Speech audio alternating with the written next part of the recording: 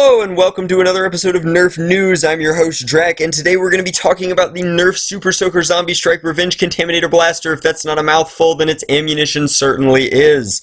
So here we have the blaster itself. Normally I zoom in on these images, but since it's already here and convenient on Entertainment Earth, which is a reseller online for various toys and collectibles, you can see basically everything. So the premise of this line seems to be take revenge with this gross gun, and gross it is indeed.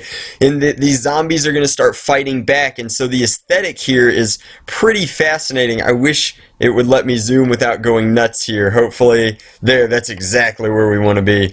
So the aesthetic here is kind of interesting. It's got a very undead vibe. We're doing the dark blue with the kind of green fuzz on it, and then the radioactive symbols on it. So the zombies are going to start fighting back, and in this case with the Super Soaker line. So it's using a slime, but as opposed to its predecessor in spirit, if nothing else, the Oozinator, which was an awesome Super Soaker blaster featuring not only CPS power but also ooze cartridges and a separate system to fire them. This is the ooze nozzle, this is the water nozzle. Pump powers the tank up here, trigger fires the water, and then this of course just actuates, similar to how a demolisher missile works, the slide pumping ooze out for your oozinating destruction pleasure.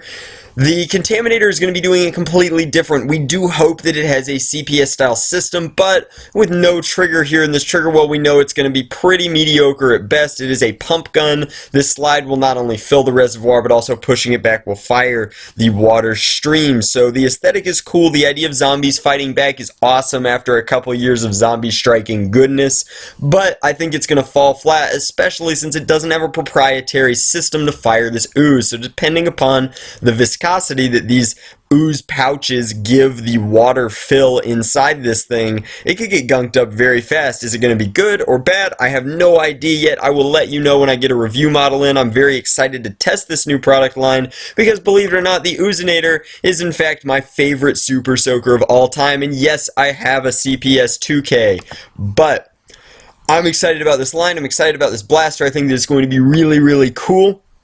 In addition to this, it seems as though there is another one down here called the Infector. I'll pull that up.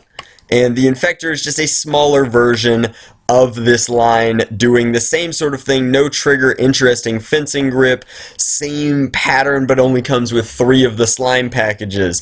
Other than that, the other spoiler I found that was very, very interesting is over here we have the Nerf Rebelle Loominatee. So Loominatee confirmed? I think so. But down here we have no image for this blaster, and I'm very excited for that leak. I'll make a dedicated video on it when it comes out. But what we do know is that it's going to be coming with integrated LED lights to light 3 glow-in-the-dark blasters. I love glow-in-the-dark tech. The Raven is awesome, and since it only comes with 3, and I imagine that it'll be filling that, and it's part of the Rebelle line, I foresee it being some sort of messenger reshell, which is awesome because it's a great blaster. But we've confirmed the Loominatee. We've talked about these sweet zombie strike slime blasters that might not be that great depending upon their functionality, and that's gonna cover it for this episode. And as always, thanks for watching. If you have any opinions on these new upcoming blasters for all this Super Soaker nonsense bleeding into the Zombie Strike franchise, be sure to let me know in the comment section below. I would love any additional information or opinions